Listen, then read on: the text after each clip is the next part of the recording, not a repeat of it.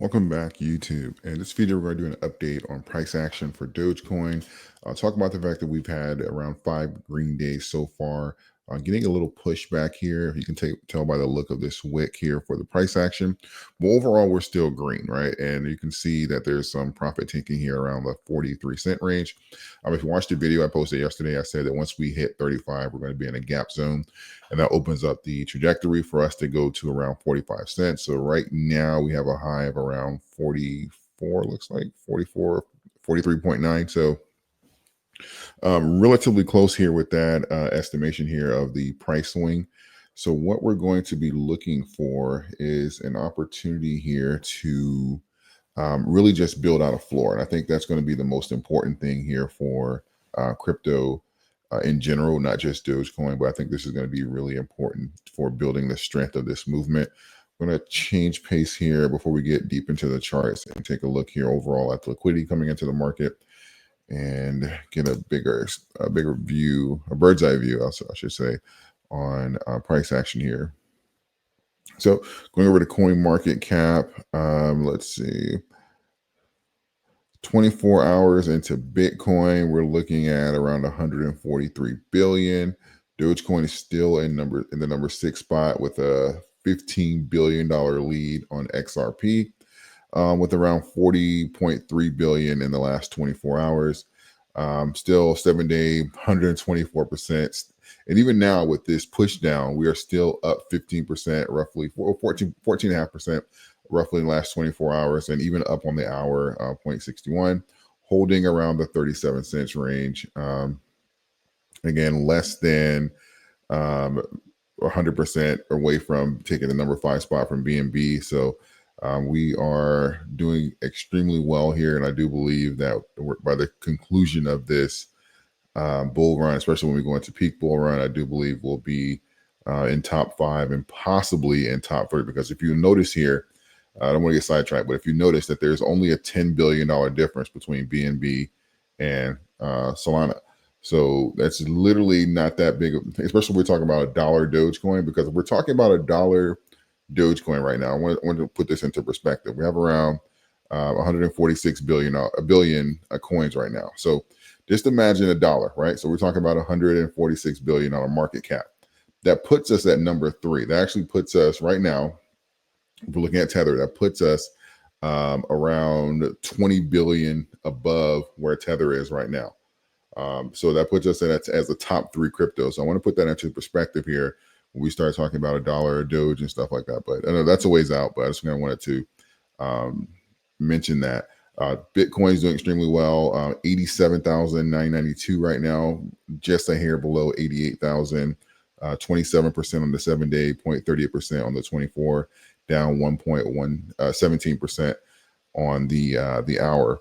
Again, everything for the most part besides USDC is green. Everything has been running. We want the allocation to pretty much start to build out some floors here and strengthen this movement. You'll see the fear greed index here. We're going into extreme greed. And that's typically going to happen, right? Green candles certainly excites the market better than red candles. And the opportunity here and FOMO, a lot of these things start to take place. And the fear being left out starts to happen, because what happens here is we get a more explosive movement when we have a floor here and we start to build out the next leg. Because right now there is additional capital out there, right? I want to point this out because even right now you'll see this push down, and there's a bunch of people who were not buying here, certainly weren't buying down here below 10 cents. And they're hoping for a steep pullback, because now they say, oh, okay, now I see the potential. Doge isn't dead. I want a steep pullback. And see, this is where things can start to go parabolic and start going much higher at a much rapid pace, because that capital is waiting out there. And let's say we consolidate somewhere around 35 cents, right? And we don't get that steep pullback, right? We build out a floor here, maybe a couple of red days, some smaller price action on the green days, and then we take off again. So now that incites another level of FOMO, because it's like, oh my God, it's not going to go back down to these levels right now.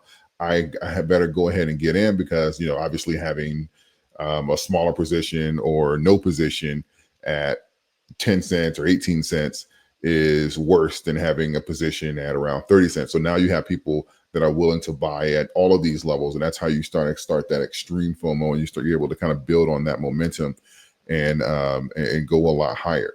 So this is one of the reasons why I do want that opportunity here to build a floor, so that on the flip side of that, if there's something when like a macro or just something that we can't see, we're going to have a foresee coming, we can have a floor closer to the current price action. So even if let's say we consolidate, for those of you who may be seeing my video, I know I'm getting a lot of new viewers here. Ideally, what we would want, this is just an example, it doesn't have to be here, it could be higher, it could be lower, it could be anywhere. This is something that we want here. We want to build out a floor, the stairs. We want to have a floor here, have a median of exchange between buyers and sellers, right? And then we can start the next leg up. And again, this leg can be much bigger than this. It could take us to 50 cents or something like that. I'll do a separate video on the next targets. As of right now, I'm still going to keep the 45 cents there. And then once we're able to break that and hold that with conviction, then we'll open up that next window, because really after 45 cents, we go back into a more extreme and violent upswing. And really after 45 cents, we can have that discussion of us touching the all-time high again. And this is one of the things that I was talking about yesterday, was the gap territory between 35 and 45 cents. Once we were able to go in there, the money just starts flowing, because historically that's a gap zone, right? Same thing after 45 cents. Once we're able to maintain 45 cents and above, we can start talking about the all-time high of Doge going to 72 cents, because those are gap territories. That liquidity, if we're talking about last time, let me go back in here. A lot of liquidity comes in there relatively fast. All right, we're talking about right here, right? This is last few tests that we've done here. I could zoom in and do some more, but I want to single out June 2nd, 2021 and April 17th, 2021. Right? When we start talking about these rejections and stuff, we're talking about 59, 60 cents. I see some here at around 56 cents. We're talking about another 10, 12 cents jump. And then after that, obviously, we have the all-time high. So we're after 45 cents, breaking that, holding that with conviction here, we're talking about another 10 cents, 12 cents jump that propels us, even to over half a dollar. So that's something to keep in mind there. But I want this to, in an ideal world, we'll get this to trend a little differently than what happened last time, so that we can have floors that are much stronger here. We want to build out a stronger floor, pretty much where we are now, if not a little higher. We want to build out a stronger floor, so that way we're able to ascend that without having to go reach so low for liquidity, right? Because if you take a look here, let's say if you're looking at April 10th, first week of April 2021, we have this big run up to around the 14th to around 46 cents, right?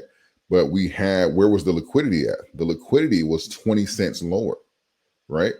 And then so that's where the liquidity was established at. And then we went to the all-time high, and then we went back to 46 cents. But again, where's the liquidity? The liquidity is 20 cents lower. So we had to go back down here again before we were able to retest and come back up to 46 cents.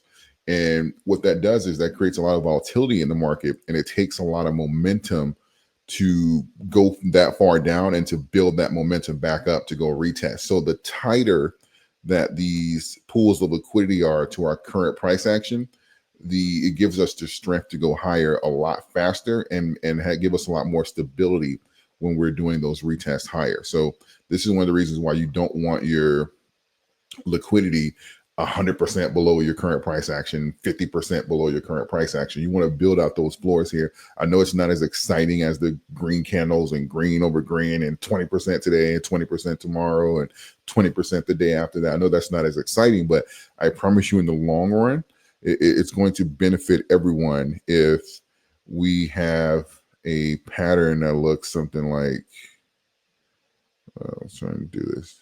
Forgive me, this won't be pretty, I promise. But something that looks like this.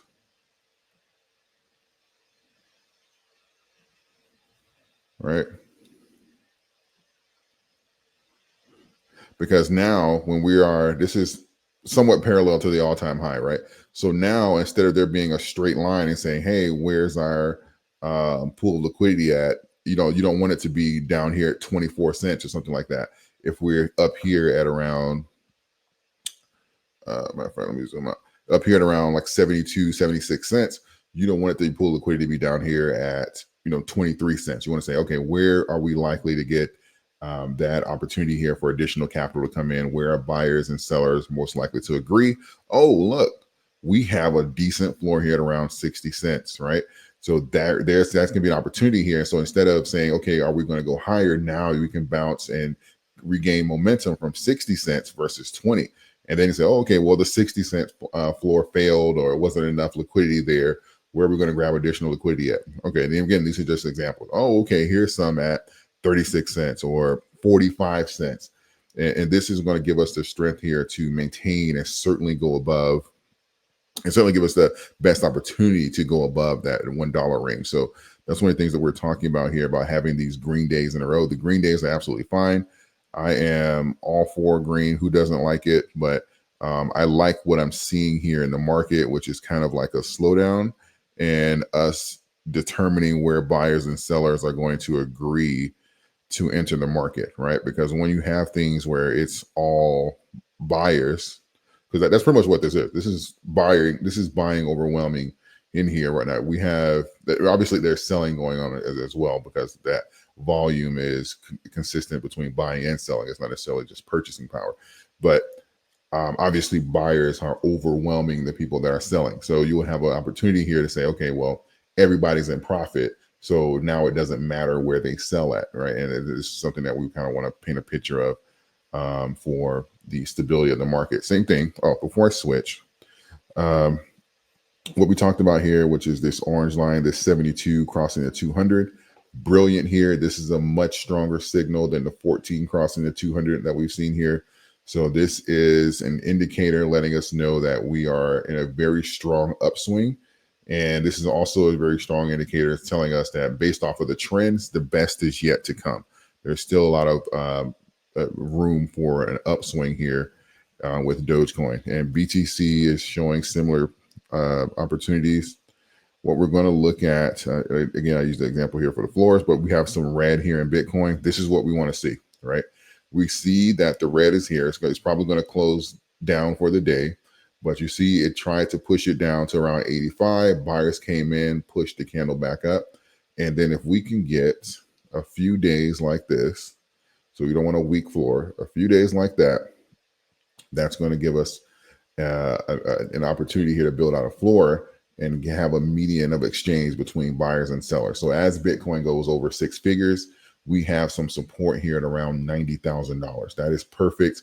That is how you build a much more stable bull run versus the extreme volatility. And I get it. I know crypto is known for it, but if we're talking about pools of liquidity, utility, and things like that being used in the market, this is going to give us a much more consistent run, and without some of those wild swings that we've seen where your gains can pretty much, the last month of gains can be wiped out in a couple hours that crypto is technically known for. So love seeing this here. This is going to give us an opportunity here. Obviously, we're going to be charting this going forward to see what these floors look like.